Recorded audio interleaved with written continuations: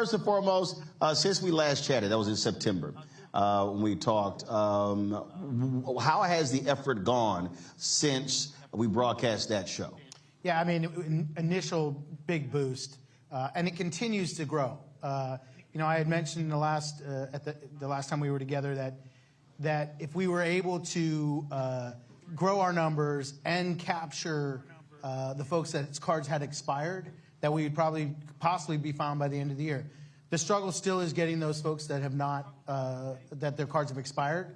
Our numbers are well more than we would need to file for an election if we had both the combination of our current cards and the ones that have expired. So, I mean, we're knocking at the door, and the numbers are increasing every week. So there's a lot of positive to look at from that show. And look, this kind of exposure was fantastic for us. People were talking about it, not just at Delta Airlines, but at all the airlines. And the necessity for this group of folks to get organized. And it really actually inspired the next group, which we're going to talk about today as well, which is JetBlue, which just blew up shortly thereafter. So really, the impact was fantastic. And was it because people, heard about it, but was an opportunity also folks who are not familiar with the effort to learn about what the workers go through and what their concerns were? Yeah, I mean, I don't know if that necessarily was what triggered. I think, look, we had filed for an election with JetBlue 2 years ago, and we lost the election. Getting to a filing was a big deal. It was the first time in 19 years that a filing had been done on that property. And I think, if anything, us being able to get the message out to those folks as well, what it did was it said to them, hey, look, let's not get left behind. We dropped the ball last time. Let's get on this thing.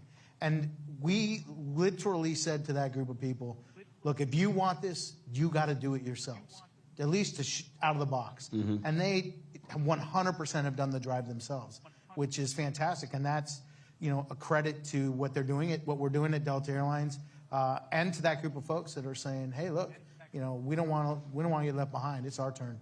As we discussed last time, when you look at the percentage of Americans who have a favorable view of unions, you have not seen it this high in quite some time.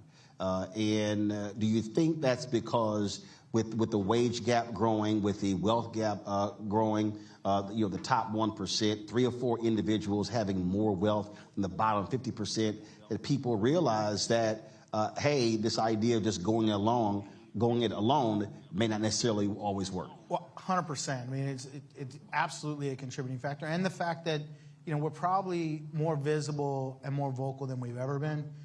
We've had, for the past 4 years, a White House that was very pro-labor and said the word union a lot.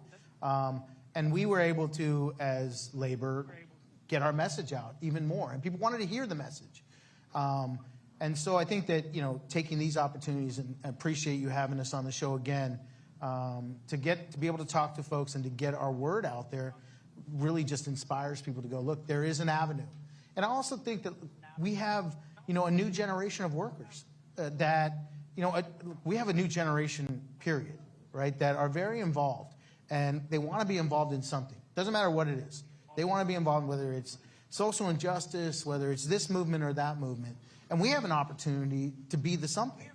And when they see that, the inequality that you're talking about, and they want to see that changed in the workplace, well, we're giving them that avenue. And so, yeah, I mean, a big part of why we're having success is this next generation of workers. I had a conversation over the holidays with a couple of folks, and I was talking to them about if they really want to just step back and look at how the nation has changed. Meaning, when you look at types of jobs, how much you're able to make. For a long time in this country, you didn't have to go to college. You had a significant number of jobs. For folks that were blue collar, working class. They were able to have good paying jobs, buy homes, send their kids to college, take care of their families. And then if you look at this across the board, so you got manufacturing, then it used to be able, when you went to a grocery store, the people who actually was a person behind the counter.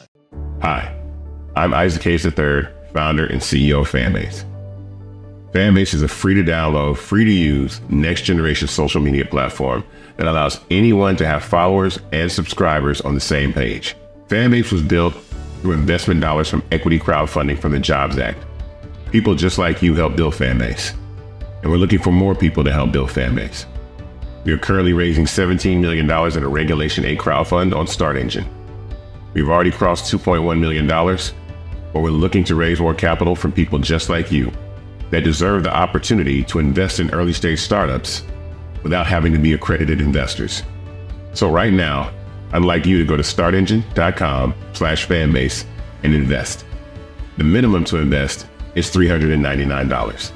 That gets you 60 shares of stock in Fanbase right now, today. And then use Fanbase to connect with friends, grow your audience, and be you without limits.